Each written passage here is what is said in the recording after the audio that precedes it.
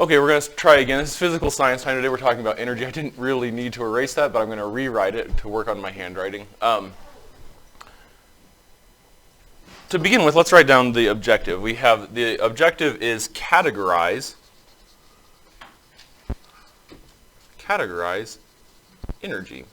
And I kind of mean this in two ways. I think probably a good objective is specific and unambiguous, but I intentionally made this one ambiguous because I mean we are going to both categorize what energy is in the whole universe, like put energy in a category, and we're going to tell about the different kinds, like the different categories of energy. So we're going to categorize energy as part of the universe, and then we're going to categorize different types of energy as part of energy. I thought that was clever.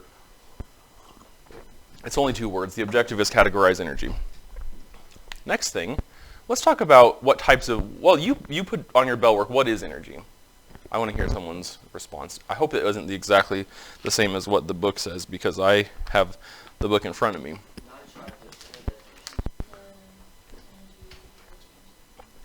Okay, I like that a lot. It all comes down to this. If we had to just define it in one word, it would be change. We could say something like a measure of the way a measure of the way the universe changes. We could say the ability of an object to cause change, or the ability of a system to change, but it all comes down to this. It all comes down to change. Change is always happening. I know you don't like it because you live in a state that is traditionally Republican, and so that you are required not to like change. Like, you know, when they come out with a new Disney princess or something, and you're like, that's not as good as the old one. Or they come out with a new car, and you're like, nope, I'm going to drive my old pickup. Sometimes it is easy to get into the habit of resisting change. For instance, I have worked here for 9 years, and the main reason for that is that I have worked here for 9 years, and so I keep working here more years, because the change is hard. Did you know that? Change is hard. Well, let's even put that up here in the little box. Change is hard. I'm going to put hard in quotes, because I don't mean, there's a scientific definition of hard, and I don't mean that. I mean that change is difficult. Change requires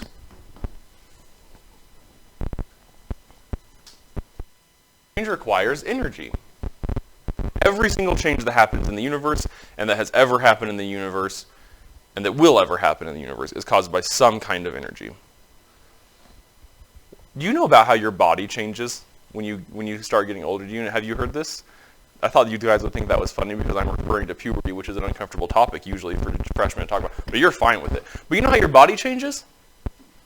Right? Let's just, without getting too anatomical and in-depth, this was you, and now this is you. This is smell. It's the same. It's just you got taller and you stink now. But you changed, and what provided the energy for this change?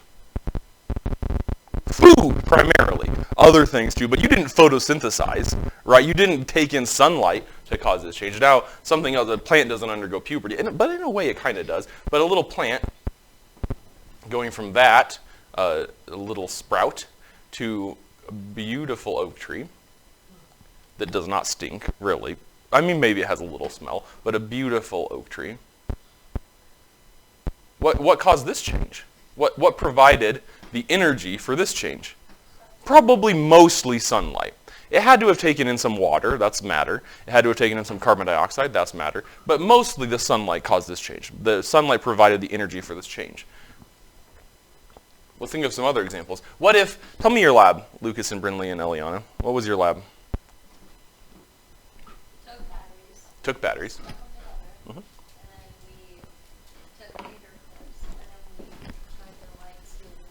Good.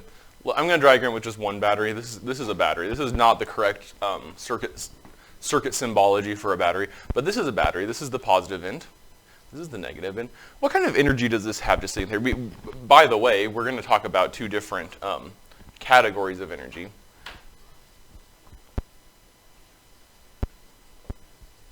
We're going to have broad categories of energy here called, what are the 2 broad categories of energy you should know from your vocab? Yeah, potential and kinetic. There is probably a neater way to do this, maybe like a flow chart, like a concept tree or a concept web.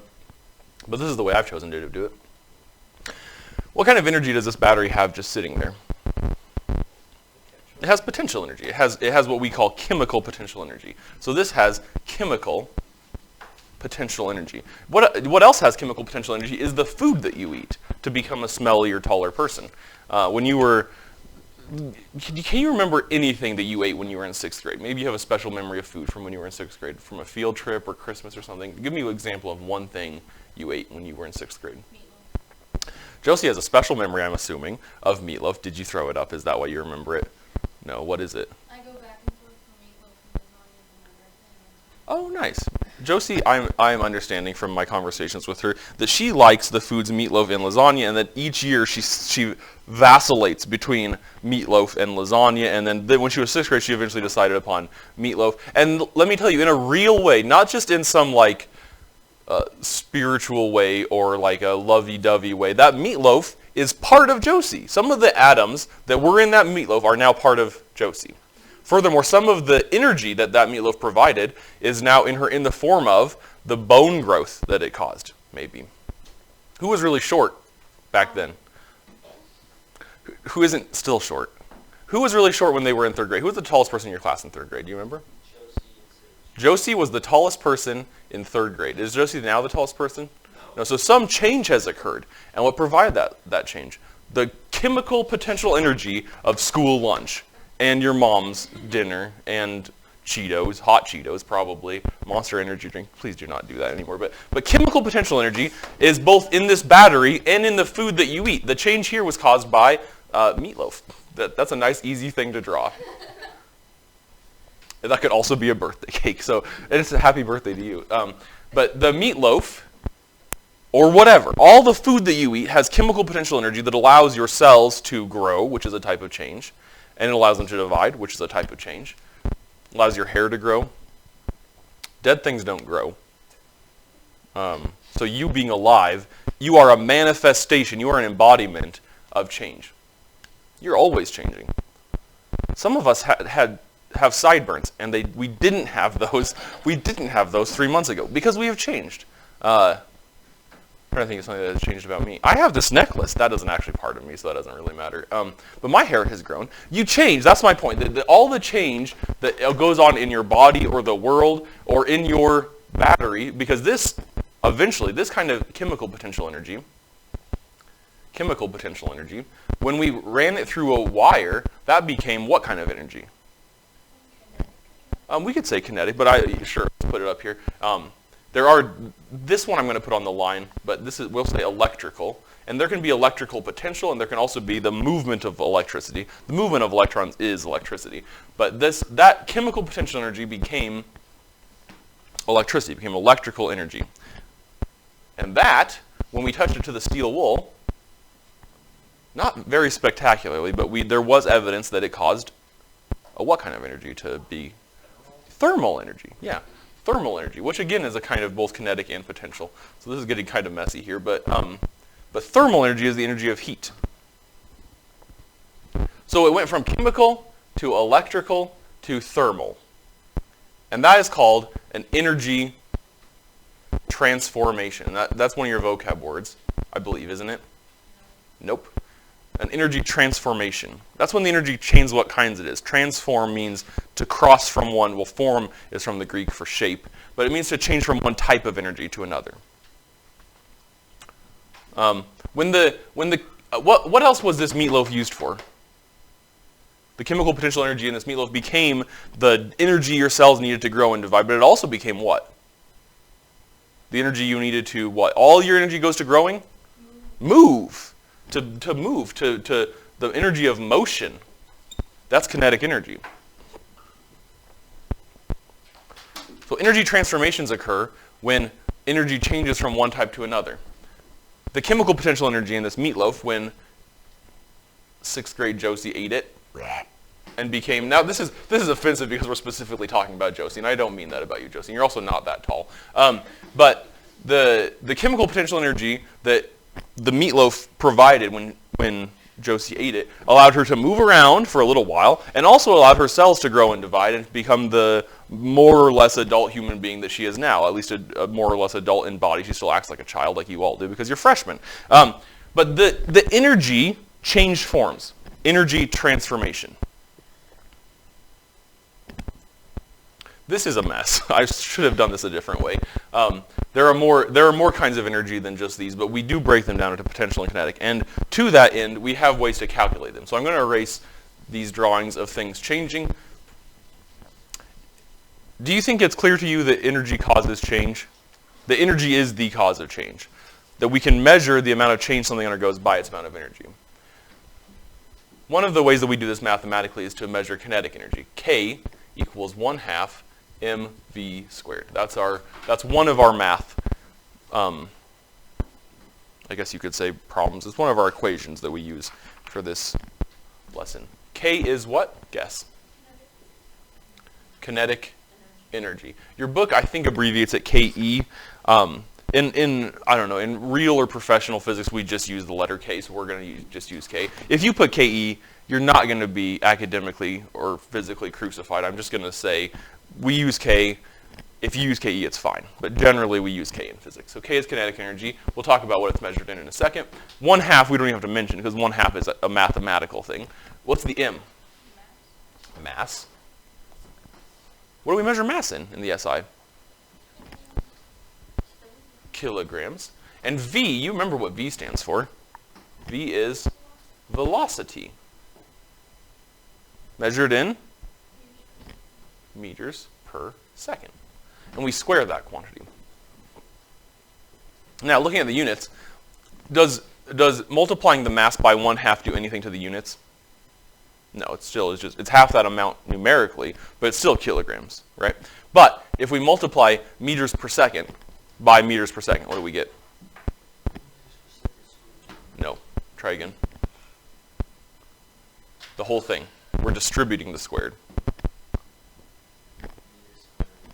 Yeah, good. So we end up with meters squared over seconds squared times, what is mass? Kilogram.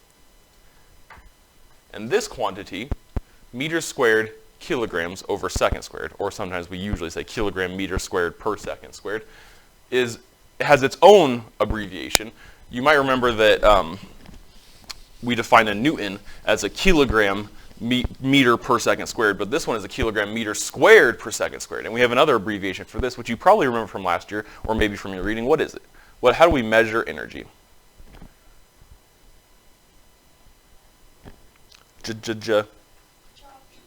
Joule, not Josh. Joule. Second squared, S. So a meter squared kilogram per second squared is a joule. That's how we measure energy. Kinetic energy is the energy something has because it's moving. For instance, if someone else did a lab where they had a table and they had several different sizes of balls that would fall off the table, right? Or not just sizes, but masses. They would all fall off the table.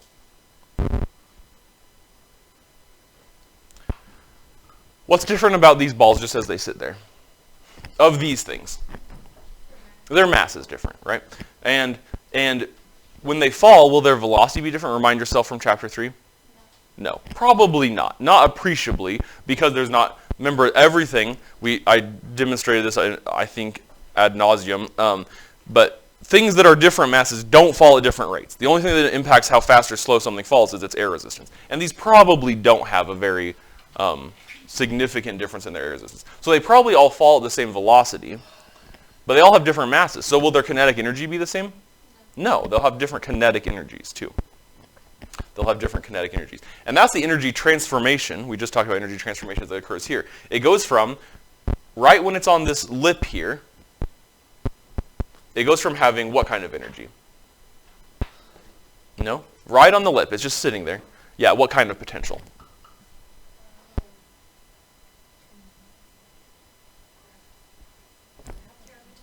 Gravitational potential energy. Gravitational potential energy. So when it's just sitting there, it has gravitational potential energy.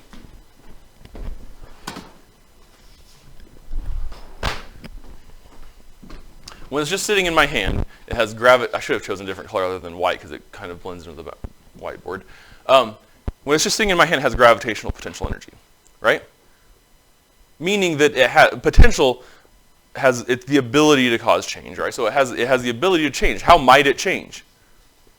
I might drop it. So if I remove my hand, if I remove the normal force from it, it will drop.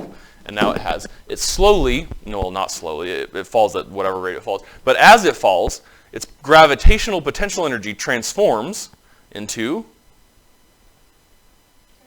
try again, kinetic. In fact, the more, is it, as it falls, is it gaining or losing potential energy, gravitational potential energy? Losing. It's losing gravitational potential energy. And is it gaining or losing kinetic energy? Gaining. Because is its mass changing? No. But it is going faster and faster and faster, right? That's what acceleration is. And so this is how we express potential energy. Potential. U equals mgh, where U is gravitational, specifically gravitational potential energy. Your book uses the acronym, the initialism, GPE, gravitational potential energy. In physics, we use U, so I'm going to use U. Once again, if you use GPE, it's not the end of the world, but I use U. So U equals mgh, where U is the gravitational potential energy. M is, again, mass, measured in kilograms. What's lowercase g? Do you remember that one? Yeah, the what due to gravity? No, come on, you know it. Gravity causes objects to, yes, which is a type of change in motion, which we call acceleration. Is acceleration due to gravity. And we know for this one, not just its unit, which is what? Meters per second squared. But we also know its value on Earth's surface. On Earth's surface, it is what? Good. Does everyone know that? It's 9.8 meters per second squared on Earth. And then h, you probably know what h is. Height, measured in. No. Meters. Centimeters is fine, but in order for the math to work, as you'll see. Now check it out. If we multiply those things together, I'm going to have that diagram be somewhere else. But if we multiply those things together, what's m measured in? Come on, kilograms. What's g measured in? Meters per second squared. What's h measured in?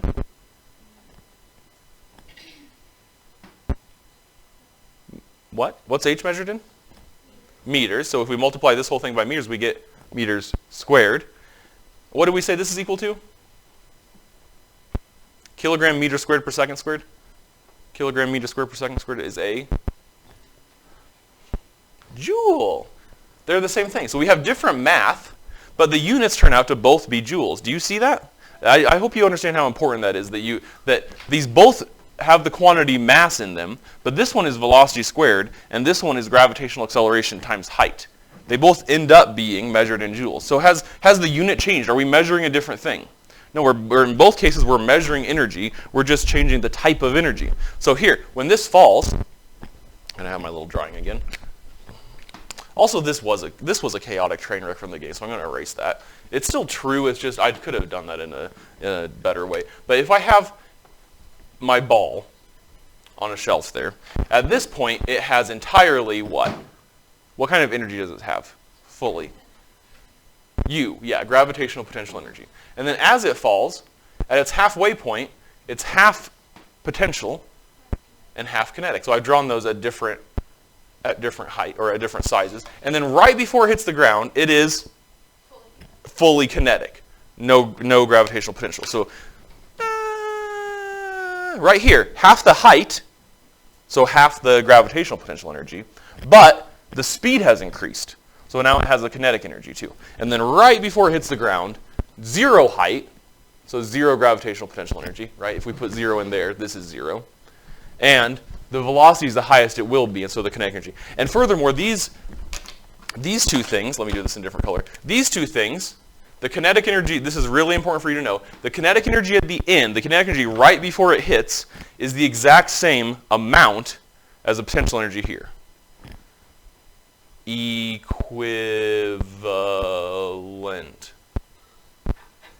They're numerically equivalent. This is so important because sometimes, please listen to when I say this, sometimes on your worksheet or in your chapter review or especially on your test, you will calculate gravitational potential energy, but it'll ask you, what's the kinetic energy right before it hits the ground? And if you know they're the same, that's the easiest thing in the world, right? 13, 13. But if you don't know they're the same, you're completely lost. You say things like, well, I don't know because it doesn't tell me the velocity. And I say, psh, I don't care. These two things are the same, so you should know that. These are mathematically equivalent. The kinetic energy right before it hits the ground and the gravitational energy before it has fallen are numerically the same. Mathematically the same. Except, in the real world, on your worksheet, which is not the real world, these two things are equivalent. But in real life, what is constantly acting on it as it falls? Yeah, gravity is too, but friction. Let's talk about friction real quick. Oh no, this marker is done for. Nice. BRB.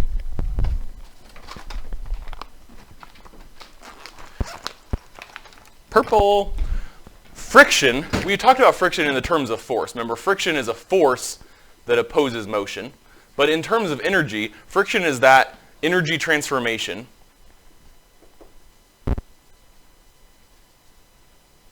of kinetic, the energy of movement, to thermal, the energy of heat. You know this one? This is a guy warming his hands up. This is a guy planning an evil scheme, and they're very similar. But in both cases, the kinetic energy of a person's hand movement rubbing together, you can feel the warmth, right? Do it now. No one ever doesn't do this when I do it. Do it. Do it. Do you feel your hands getting warmer? This isn't a good demonstration. Don't be mean to me. Do you feel the warmth? Because you're turning kinetic energy, your movement, into thermal energy. Are you, in some sense, turning potential energy into thermal energy? Yeah, because where'd you get your kinetic energy from? Girl, where'd you get that kinetic energy from? Meatloaf. Yeah, only meatloaf. No, because your food, the sustenance that you draw from your nutrition, that gives you, that's chemical potential energy that your body uses to turn to kinetic energy of your hands moving, of my lips and vocal cords moving, of when you kick people, your foot moving. That all that kinetic energy that you do comes from from chemical potential energy. And then some of it is always transformed into thermal. So really, in reality, if we don't negate friction, the kinetic energy will be a little bit less than the potential energy at the top was. You can tell that because of how high it bounces again. So in reality, some of the energy is lost to a couple of different things. Some of it's lost to what? Friction. What else? What other kind of energy came out of it at the bottom? You heard it, sound. Some of it was lost as sound. Some of it, in other words, caused the atoms in the air around it to vibrate. Some of that kinetic energy was lost to sound, and some of it was lost to deformation. The actual matter that this ball made out of deformed. Now, if it's elastic, it springs back. But let's say, what if I did that exact same thing with my teacup? No, yeah, it will deform. It will probably explode because the energy that's contained in the bonds that's in here, the chemical potential energy holding the cup together, will be released in the form of that. Now, like I say, depending on how elastic something is, it may bounce. Maybe you found with the thing I had drawn over here. Who did the ball drop lab? Was that you guys? Maybe you found that some of them bounced almost to their same height. If you use like a super ball or a racquet ball or something, I think I have a racquet ball.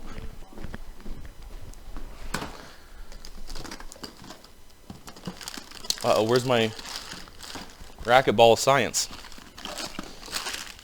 Where's my racquetball of science? Here it is.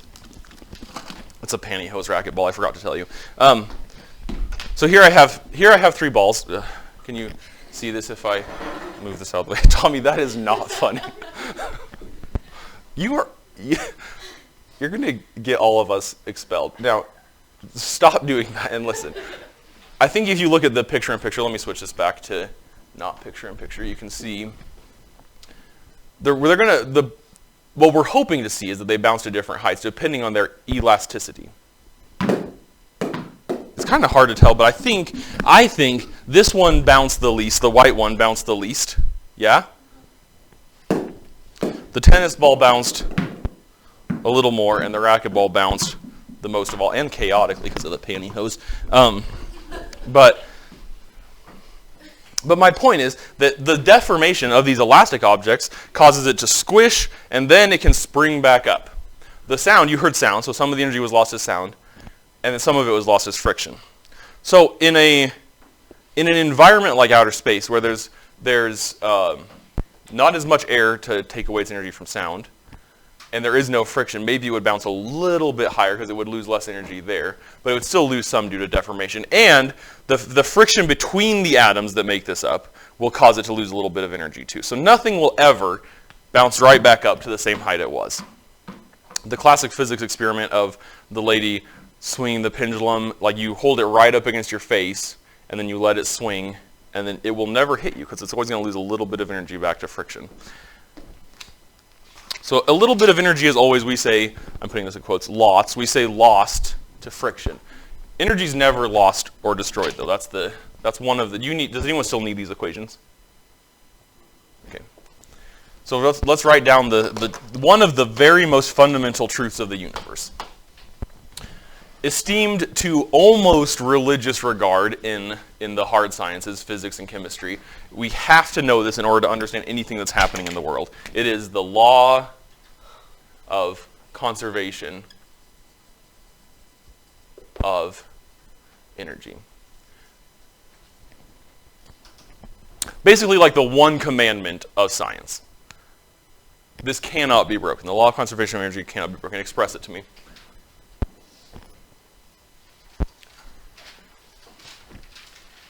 I'll give you a hint. Energy,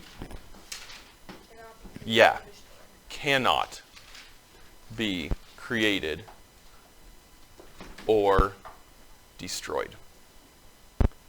And then sometimes we'll go on to say, but it can change form. It can switch from one form to another, but it cannot be created or destroyed.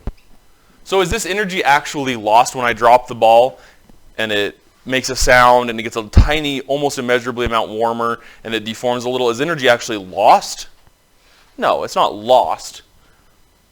It's not destroyed, but it just changed form. It changed form to friction and sound and deformation. We say it's lost because these things are not usable. You can't like gather up the heat and use it to heat your house with. It's just dispersed into the universe.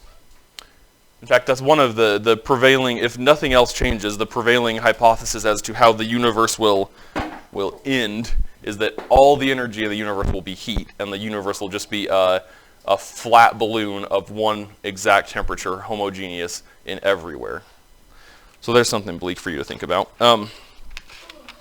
This says, one of the topics in your book says, is energy always conserved? You already know the answer to that question. The answer is, try again.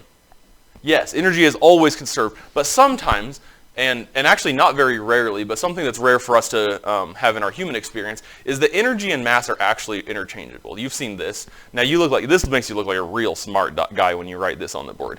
You've seen this equation, right? This is like, if you're trying to make fun of someone for being smart, you post this on their locker or something, because this is like the smart people equation. But all it is, and you don't need to use this equation anywhere, but we're to write it down anyway. E is energy.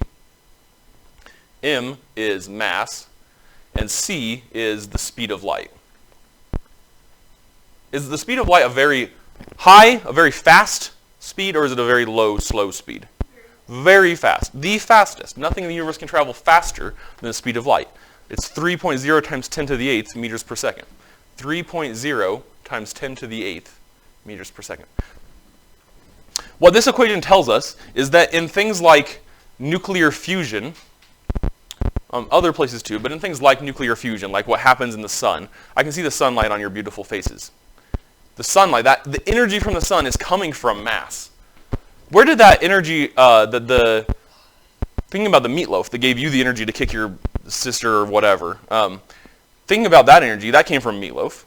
That meatloaf came from a cow. Where did the cow get its energy from? Grass, probably. Grass-fed beef. Nice grass-fed meatloaf. Where did that grass get its energy from?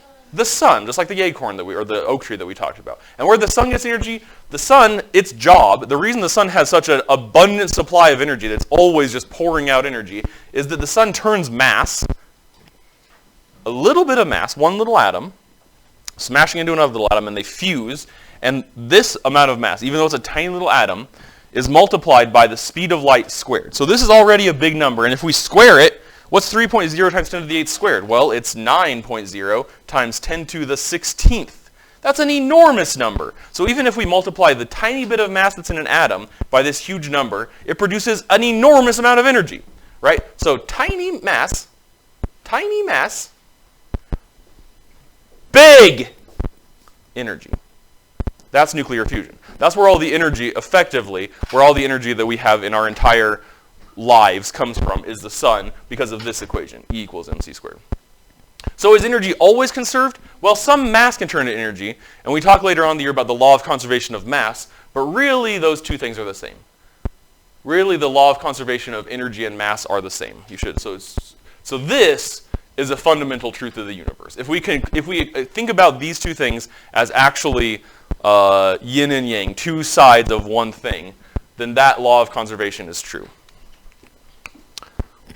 Do you have questions about any of this? We talked about kind of a lot of stuff, but do you have questions? I have a donut now. I think it looks like I might have half of a donut. Is it a whole one? Oh, it's a whole one. I can use that chemical potential energy to get through my day, which might involve slapping some people. Bye.